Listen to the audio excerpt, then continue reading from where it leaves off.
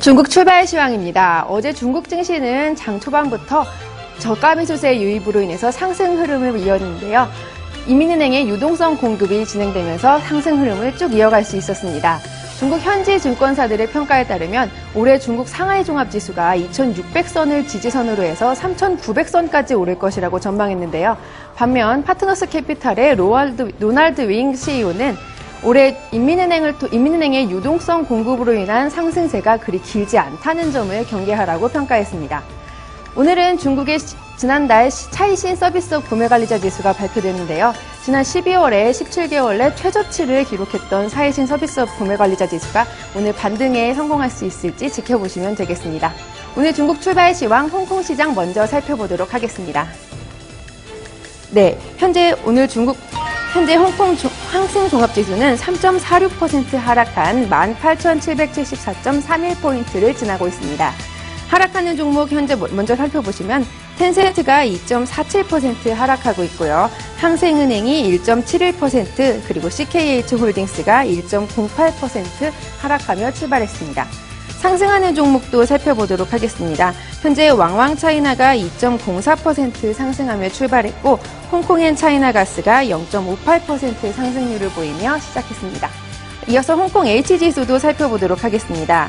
현재 홍콩 H지수 역시 3.36%대의 하락률을 보이면서 7,787.80포인트 지나고 있습니다.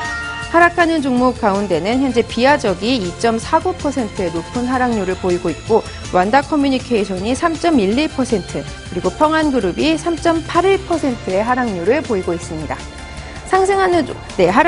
하락하는 종목까지 살펴보셨고요. 이어서 중국 본토 증시 살펴보도록 하겠습니다.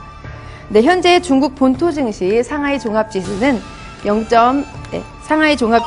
현재 0.90% 하락률을 보이면서 2,722.26포인트를 지나고 있습니다. 이어서 상하이 A지수도 살펴보도록 하겠습니다. 현재 상하이 A지수 0.99% 하락률을 보이면서 2,348.70포인트를 지나고 있고요. 대형주 위주로 구성되어 있는 상하이 180지수는 대형주 위주로 구성되어 있는 상하이 180지수는 1%대 하락률을 보이면서 6,257.91포인트 지나고 있고, 마지막으로 중형주 위주로 구성되어 있는 상하이 380지수는 1.20% 하락률을 보이면서 4,846.76포인트 지나고 있습니다. 장 마감될 때까지 증시 변동 어떻게 흐름 보이고 있을지 살펴보시면 되겠습니다. 이어서 중국 관련 소식 외신 통해서 살펴보도록 하겠습니다. 첫 번째 소식입니다. 중국 국영기업인 캠차이나가 스위스 다국적 농업기업인 신젠타 인수를 눈앞에 두고 있습니다. 이번 M&A 규모는 약 430억 스위스 프랑으로 중국 기업의 M&A 규모 사상 최대로 기록될 예정인데요. 로이터 통신의 보도로 자세한 내용 살펴보도록 하겠습니다. 현지 시간으로 2일 로이터 통신의 보도에 따르면 최근 해외 기업 인수 합병에 활발한 움직임을 보이고 있는 중국 국영기업 캠차이나가 스위스 다국적 농업기업인 신젠타를 인수할 예정입니다. 인수 규모는 430억 7천만 스위스 프랑으로 우리 돈으로는 약 52조 원입니다. 이번 계약이 성사될 시 중국 기업의 최대 인수합병이 될 전망인데요. 인수합병 결과는 이르면 3일 신젠타의 지난해 실적 공개와 함께 발표될 예정이라고 관계자는 전했습니다.